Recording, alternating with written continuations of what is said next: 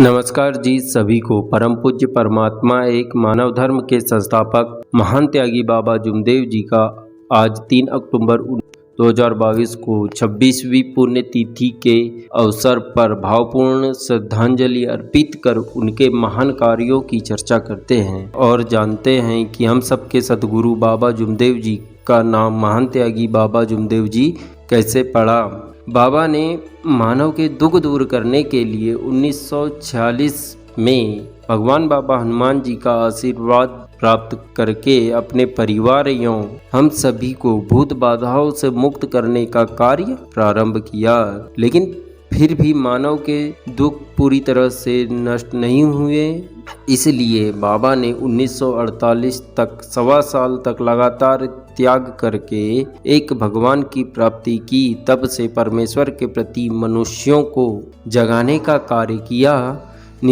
निष्काम भावना से वे निरंतर कार्य करते रहे। इसके लिए बाबा मानव को हर दिन मार्गदर्शन करते हैं। मानव को उनके शारीरिक मानसिक दुखों से मुक्त करने के बाद उनकी आर्थिक और सामाजिक कठिनाइयों का निवारण करने के लिए बाबा ने आध्यात्मिक ज्ञान के साथ साथ सामाजिक कार्यों की ओर भी ध्यान दिया, जिसमें उन्होंने अपने सेवकों की आवश्यकताओं की पूर्ति के लिए परम पूज्य परमात्मा एक सेवक मंडल महोदय की स्थापना की। उसके बाद नागपुर के गोलीबार चौक में परमात्मा एक नागरिक सहकारी बैंक की स्थापना की तथा सेवकों के लिए परमात्मा एक भंडार गृह भी खोला। इसके अलावा बाबा ने सलाई मेटा और धोप आदि गांवों में सेवकों को कृषि कार्यों के साथ साथ उन्हें काम धंधा मिलता रहे, इसके लिए दूध उत्पादन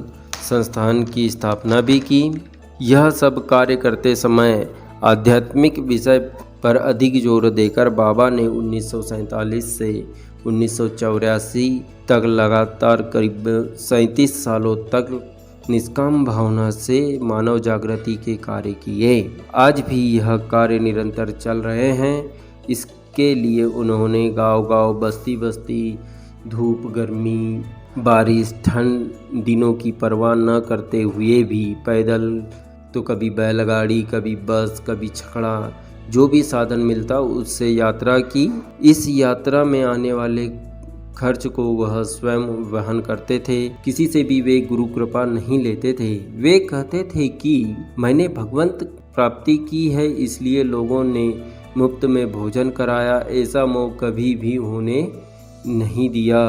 बाबा कहते हैं कि आत्मा यही परमात्मा है, आत्मा हर एक में है, इसलिए किसी को भी अपने पैर नहीं छूने देते थे। बाबा ने अनेक संस्थानों की स्थापना कर सेवकों को उनकी गृहस्थी उच्च स्तर पर लाने के लिए इन संस्थाओं से लाभ दिलाया है। यह संस्थाएं बाबा ने अपने मार्गदर्शन द्वारा तैयार की है। इसके लिए उन्होंने बहुत कड़ी मेहनत खुद का शरीर जलाया है, अपना खून पसीना एक किया है, बेहिसाब मेहनत की और इन संस्थानों का निर्माण किया।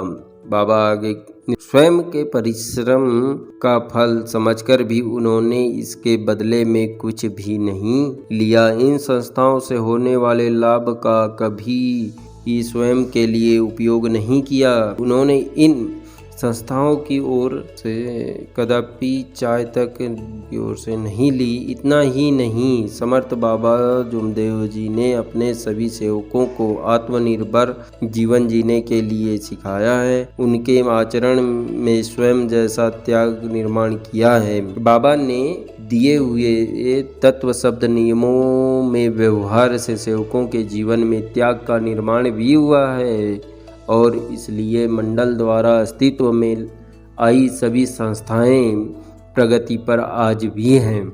उन्होंने अपने जीवन में निरंतर त्याग करने के कारण उन पर परमेश्वर की कृपा कायम है। परमेश्वरी कार्य के लिए बाबा निरंतर त्याग करते आए हैं। बाबा के यह उपरोक्त सभी तरह के कार्यों को ध्यान में रखकर परम पूज्य परमात्मा एक सेवक मंडल ने 1984 को सभी कार्यकर्ताओं की बैठक में यह निर्णय लिया।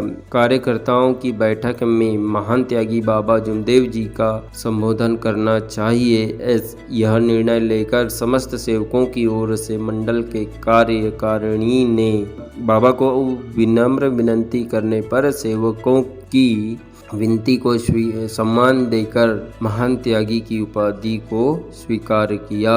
उसके बाद से 16 अगस्त 1984 के दिन संपन्न वार्षिक प्रगट दिन के शुभ अवसर पर बाबा को महान त्यागी बाबा जुमदेव जी की उपाधि देकर समस्त सेवकों की ओर से प्रदान की गई। उस दिन से बाबा सद्गुरु समर्थ की जगह महान त्यागी कहे जाने लगे। बाबा को महान त्यागी उनके कार्यों ने बनाया है और उन्होंने हमें यह शिक्षा दी है कि अपने जीवन में हमें भी सत्य, मर्यादा और तत्व शब्द नियमों के आधार पर अपने जीवन को मजबूत बनाए रखना चाहिए। आप सभी सेवकों को यह जानकारी कैसे लगी कृपया कमेंट में ज़रूर बताएं। इसके अलावा आप सभी को बाबा के महान कार्यों की जानकारी सेवक परिवार परमात्मा एक यूट्यूब चैनल पर मिलती रहे, इसलिए आप सभी से आग्रह की विनती है कि सेवक परिवार परमात्मा एक यूट्यूब चैनल को सब्सक्राइब